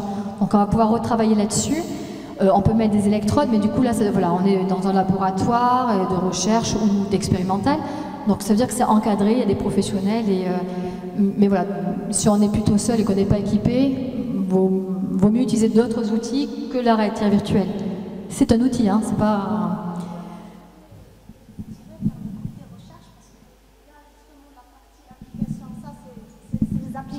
Qui sont utilisées réalité virtuelle, mais derrière, c'est des études de recherche qui ont permis à voir ça. Quand on dit des outils, en fait, des recherches, c'est de la modélisation mathématique, c'est de l'informatique et c'est avec des spécialistes de domaine. C'est votre profil, d'accord? Donc il ne faut pas voir rien que l'outil, il faut voir ce qu'il y a derrière pour aboutir à ces outils, parce que c'est pas fini, hein? Donc c'est pas fini. Il y a encore des besoins. Si on prend par exemple le domaine de l'autisme, on n'a pas encore compris les réactions des autistes. Il y a beaucoup de travail à faire.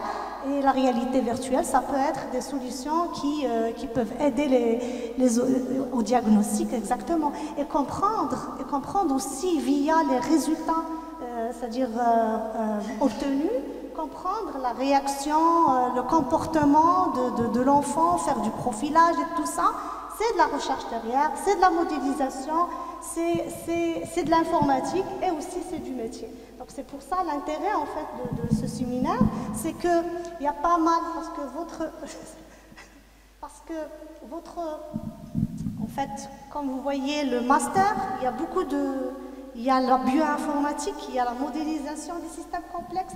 Là, Christelle est en train de nous parler des systèmes complexes cognitifs. D'accord? Donc là, c'est un volet. Donc on va essayer pour tous les séminaires, vous ouvrir des portes. Chacun de vous va prendre un chemin par la suite.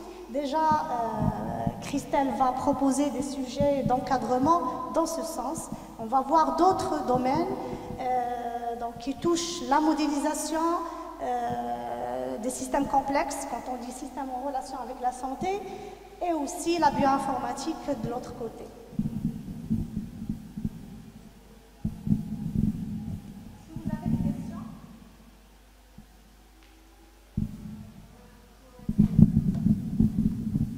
Pour les gens qui souffrent d'Alzheimer, vous avez dit qu'il évite pour les stages,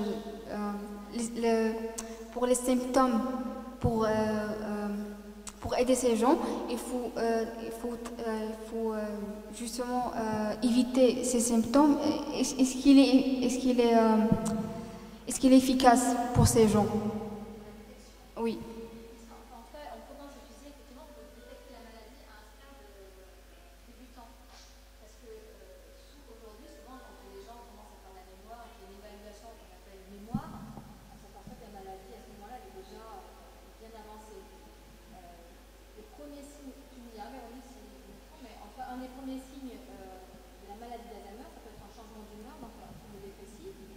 Il y a tellement de dépression, on va dire, la personne a des dépressions,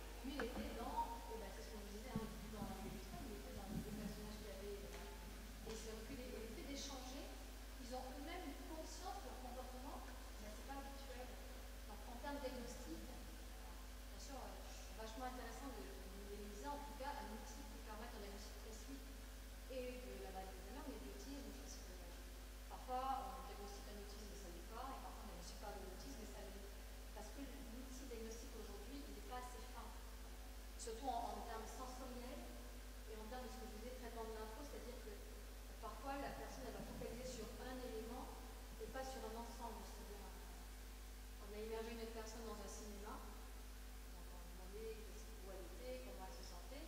Elle n'a pas fait attention qu'elle était au cinéma, elle a vu qu'il y avait 5 avatars, parce que ce sont des avatars qui se ressemblent un peu pour remplir.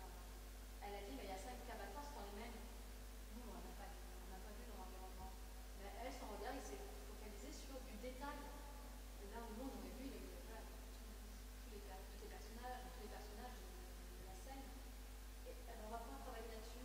Donc en diagnostic, évaluation diagnostique, mais en plus outil de rééducation ou réhabilitation à fin cognitive. Donc un même outil, alors vous imaginez pas, hein, ça m'intéresse si ça vous intéresse, un même outil que ça diagnostic et d'outils thérapeutiques. Et c'est pour ça que c'est voilà, demain, dans les années à venir, ça va se développer parce que c'est efficace, c'est le corps qui va. C'est sur le corps qu'on agit, hein. Un ensemble, tête, cœur et jambes.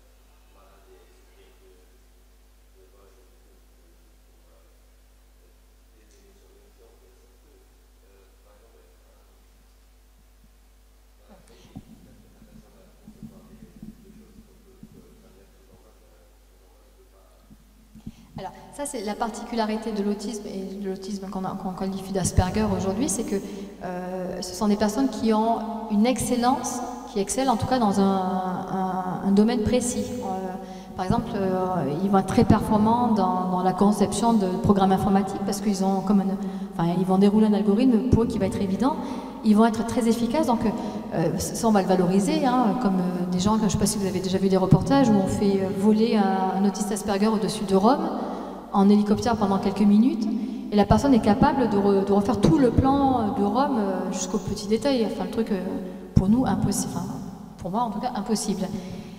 Mais n'empêche que même si elle a des capacités et des compétences particulières où elle excelle, en termes de relations humaines, ça lui demande une énergie, c'est-à-dire que la relation humaine, elle peut rester compliquée pour elle dans comment on est avec les gens. C'est-à-dire qu'elle peut exceller en informatique, en architecture, et pourtant rester en difficulté dans les relations sociales.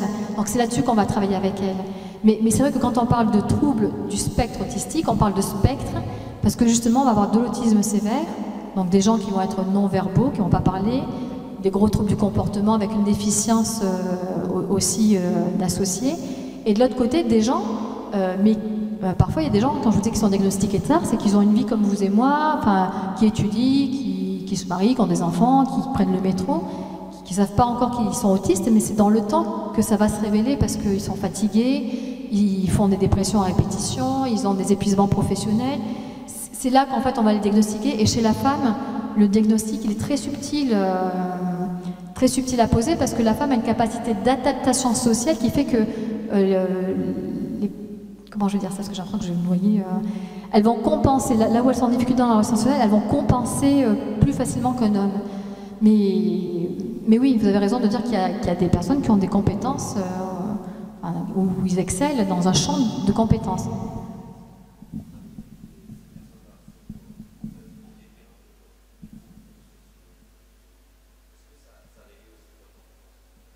Non, pas du tout.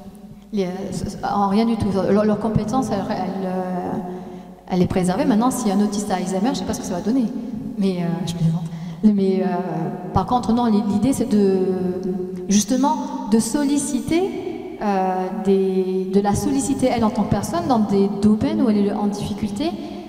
Quelqu'un qui a peur d'être en relation parce qu'elle ne comprend pas les codes sociaux, au niveau cérébral, le cerveau va fonctionner d'une certaine façon. Donc on va essayer de venir activer d'autres zones pour qu'elles puissent mieux comprendre, surtout intégrer, parce qu'elles comprennent très bien en général, hein, mais ça ne suffit pas de comprendre.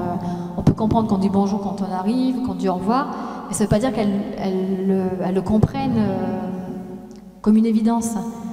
La métaphore, par exemple, ils ont des difficultés. L'humour, alors je vais donner une expression, par exemple, si je vous dis je suis morte de rire, ça peut leur faire peur, hein, parce que je suis morte de rire, elles prennent l'expression de façon littérale. Oui. Oui, il y avait un enfant qui alors c'était rigolo parce qu'il y avait une éducatrice qui disait à un enfant, il pleuvait dehors et quand ils sont rentrés à l'intérieur, elle lui dit essuie-toi les pieds. Il a levé ses chaussures et ses chaussettes et s'essuyait les pieds puisqu'elle lui a dit essuie-toi les pieds. Voilà, c'est plein d'expressions, tout à la lettre. Parce que leur cerveau, alors je ne sais pas comment c'est connecté, mais n'ont pas accès à ce qu'on appelle à une élaboration supérieure, donc la métaphore et le second degré. Mais ça ne veut pas dire qu'ils ne le sauront jamais. Hein. On peut imaginer avec la plasticité cérébrale qu'à un moment donné, il y aura peut-être quelque chose qui peut se créer, comme les maths, hein, parce que je sais qu'il y a des gens qui viennent de filières mathématiques. Les maths, des fois, on est en difficulté, on ne sait pas pourquoi, hop, un jour on a un déclic et la logique mathématique, elle arrive et pourtant... Voilà, on peut imaginer qu'en travaillant sur le cerveau, ça puisse aussi permettre une évolution de la compréhension des codes sociaux, surtout aujourd'hui.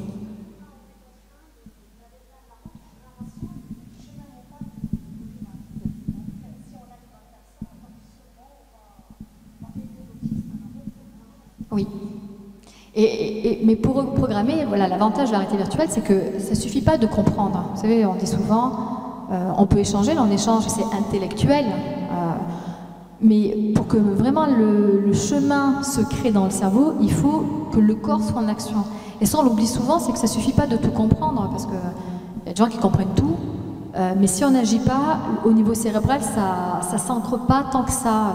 Donc l'idée c'est de comprendre et d'appliquer. On comprend, mais comme un enfant, hein, un enfant qui apprend à marcher, parce que vous savez que dans le cerveau, on a ce qu'on appelle une cartographie des différentes parties de notre corps. Les parties les plus développées, ce sont les mains et la bouche. Pourquoi? Parce qu'on mange tous les jours, donc la bouche est activée tous les jours. Et les mains, parce que quand on se lave, on mange, on s'habille, on conduit, on utilise toujours les mains. Donc les parties les plus représentées au niveau cérébral, c'est les mains et la bouche. Alors pourquoi je vous dis ça? Parce que, pourquoi c'est les plus représentées? Je cherchais mon fil conducteur. C'est parce qu'il y a une action,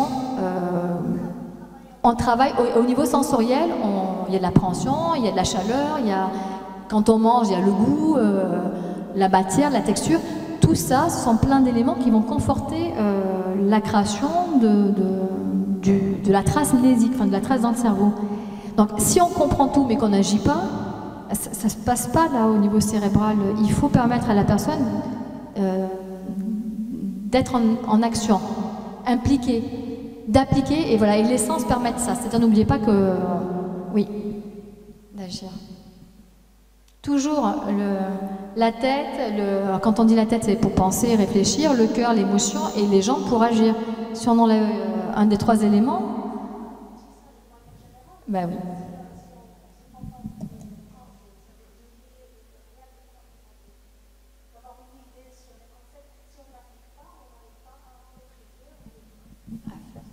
Mais de tout, je sais pas, la cuisine. Alors on va parler cuisine un petit peu. Recette de cuisine, on peut très bien savoir faire le couscous sans l'avoir jamais fait parce qu'on sait les ingrédients, on sait combien de temps il faut.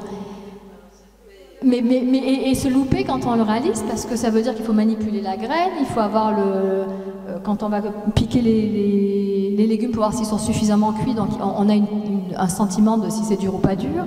La graine, l'odeur, il y a plein d'éléments qui font qu'à un moment donné, on sait si on s'en sort pas trop mal ou pas. Ça suffit pas d'apprendre la recette et de savoir tous les temps, ça c'est de l'intellectualisation. La pratique, par l'essence, permet justement une meilleure connaissance et surtout de tracer dans le cerveau, de renforcer en fait cette connaissance-là.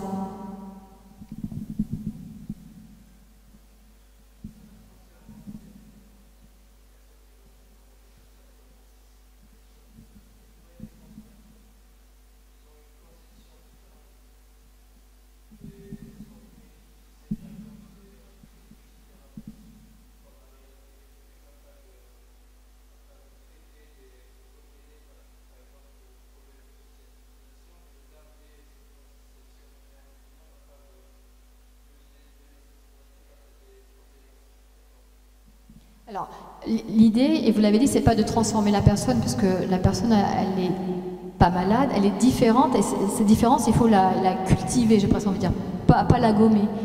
Les gens qui ont des troubles relationnels, pourquoi on veut travailler sur le trouble relationnel? Parce que, comme disait Véronique tout à l'heure, quand on ne sait pas comment il faut être avec une personne ou avec un groupe, on stresse, on est anxieux, on n'est pas bien. L'idée, c'est pas qu'ils aient plein d'amis, hein. C'est qu'ils soient suffisamment à l'aise pour être en relation, et donc on peut imaginer avoir des amis ou pas, parce que l'idée, c'est pas de les convaincre qu'il faut beaucoup d'amis. Ça, c'est de la manipulation. L'idée, c'est que quand ils sont dans une situation, ils se sentent bien. Et souvent, les situations sociales les mettent en difficulté parce qu'ils ne comprennent pas, parce qu'ils ont un comportement qui n'est pas adapté, et ça génère du stress. En fait, l'idée, c'est que la personne, elle soit bien, et elle peut être très bien ici avec vous, sans avoir besoin d'avoir d'amis.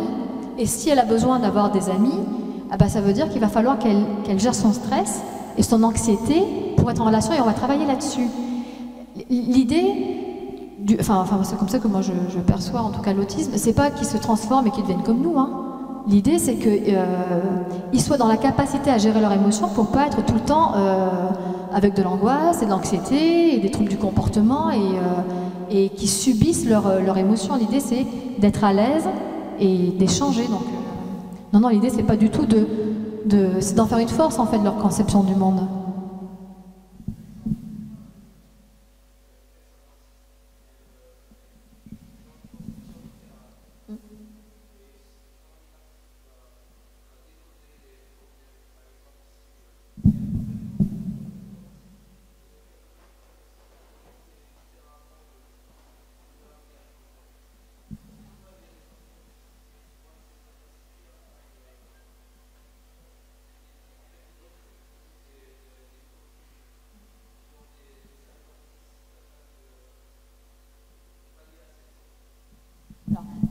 Ça, c'est une réalité, hein. Il y a des chasseurs de tête, on appelle ça en Belgique, en Espagne, apparemment, où ils cherchent justement ce profil-là parce qu'ils les savent très performants. Alors, le mot exploiter aujourd'hui, je ne sais pas comment on peut l'utiliser parce que il existe maintenant, comment je dirais ça? Vous savez que les personnes autistes Asperger ont du mal à trouver du travail. En général, 50% des Asperger sont au chômage, ou ne travaillent pas, ou n'arrivent pas à avoir un contrat parce que l'environnement professionnel les met en difficulté. Et les gens qui adorent l'informatique, imaginons la programmation, qui sont très performants et qui peuvent en vivre, j'ai envie de dire, et pourquoi pas qu'ils bossent pour des boîtes qui cherchent des gens comme eux, puisque l'environnement leur convient, ils ont un salaire, ils peuvent, on va dire, être indépendants financièrement, et ils ne sont pas obligés de subir toute une équipe. Donc c'est toujours relatif quand on dit d'exploiter, parce qu'il se peut que dans ce contrat, la personne autiste, elle y trouve finalement du bien-être, elle peut travailler, ça lui plaît, elle n'est pas stressée. Donc voilà, exploiter, il faut être vigilant, mais il faut trouver l'intérêt pour les deux personnes. Mais effectivement, elles ont des compétences. Alors je parle de l'informatique parce que souvent on a le domaine de l'informatique, le dessin, la création aussi, ils sont beaucoup dans la création artistique avec des peintures. Alors bien sûr, les relations sociales et la communication, on ne va pas les retrouver dans des métiers relationnels où ils sont en difficulté, mais ils ont des compétences qu'il faut, alors je dis pas exploiter, mais qu'il faut utiliser pour les valoriser. Parce qu'il faut les valoriser, ces personnes-là. Elles ne sont pas qu'autistes, hein. C'est vrai qu'on parle d'autisme.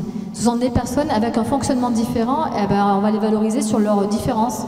Au lieu, voilà.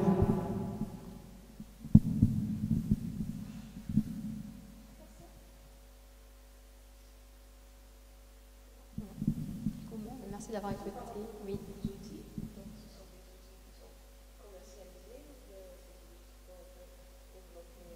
Alors, là, pour les phobies, il y a une entreprise qui a créé plus de 50 environnements pour permettre de travailler sur les phobies et les addictions.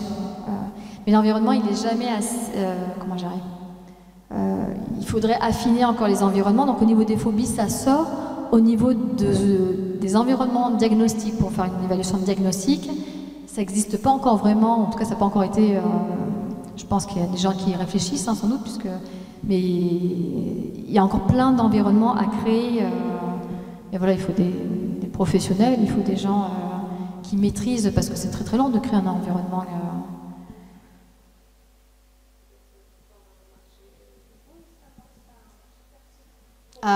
ça c'est clair. Hein.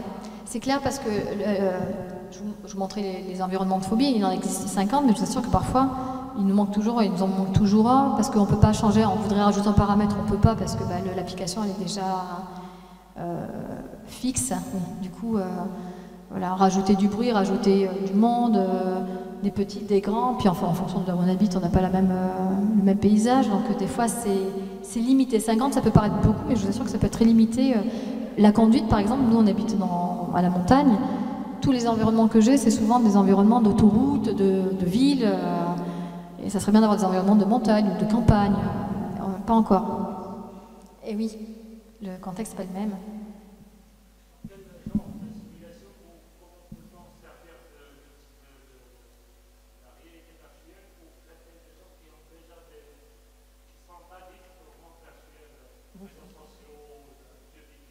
Alors, oui, c'est vrai, c'est une bonne question. L'idée, peut-être que pour eux, on va réfléchir si on les immerge ou pas, mais en fait, on va travailler sur ce qu'on appelle la notion de craving.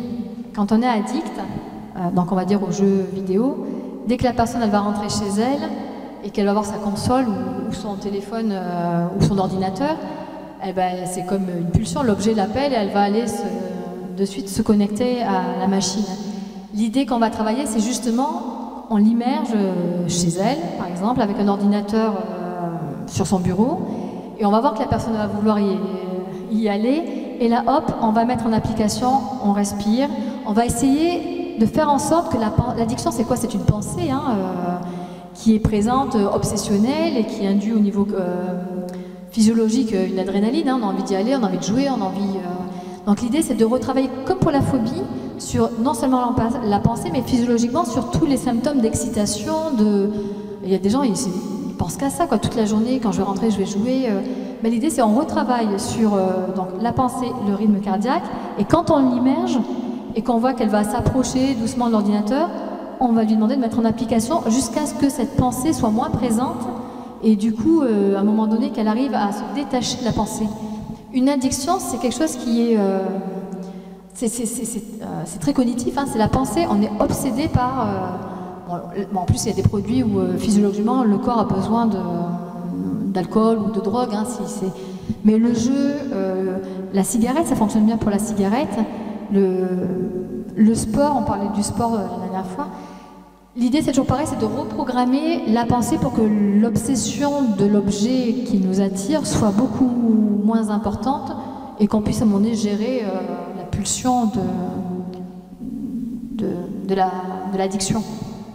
Donc en fait, on utilise ce qu'on appelle le craving, c'est calmer la pulsion d'aller vers l'objet addictif. Ça se fait en plusieurs séances, c'est progressif. Mais c'est assez efficace parce que la personne qui vient se faire soigner, alors la personne qui vient se faire soigner pour le jeu, par exemple, ça veut dire qu'elle a déjà conscience qu'elle a un problème. Donc on va pouvoir déjà s'appuyer sur le fait qu'elle a une conscience de sa problématique. Une personne qui est addicte au jeu et qui n'a pas conscience, va être compliqué de travailler dessus.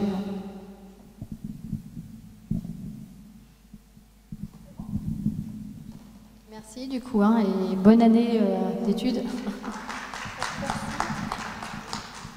Bon, quand même, je tiens à leur présenter la petite histoire, là où je vous ai rencontrés. D'accord. Donc voilà, j'ai connu Christelle dans le cadre d'une rencontre des associations. Donc il y avait l'association Imowadara et l'association Passerelle. La Passerelle, elle travaille pour les enfants autistes, c'est ça? Et les adultes aussi. Et donc là, quand on avait discuté, donc l'intérêt en fait de ce qu'elle faisait, parce que l'objectif par exemple pour notre association Imowadara, c'est une association de recherche et de développement des applications sociales. L'objectif c'est de créer des applications en fait pour les personnes dans le besoin. Quand on parle dans le besoin, ça peut être des autistes, ça peut être des malvoyants, malentendants, etc. Les malades, des applications pour les malades. Et donc justement, on a une cellule qui travaille pour trouver des applications qui peuvent faciliter la vie à des malades. Et donc dans ce cadre, on avait discuté Et puisque vous avez en fait le profil d'informaticiens et mathématiciens qui vont travailler sur la modélisation des systèmes complexes, donc il y a l'idée de nous présenter en fait cette présentation aujourd'hui. Donc je tiens à te remercier Christelle, c'était très riche, une présentation très riche. Et en plus de ça, il va venir, Inch'Allah, au mois d'octobre, c'est vrai? Enfin, elle va nous faire un workshop là, sur, si c'est possible, sur Unity. Oui, c'est ça. Donc, vous connaissez ou pas? Oui. Alors, c'est un logiciel de programmation de l'environnement virtuel pour les jeux, et du coup, l'environnement que vous avez vu tout à l'heure avec le métro, c'est fait à partir de Unity 3D. Donc si vous arrivez, en fait, si on peut faire un petit workshop sur ça, ça va être intéressant.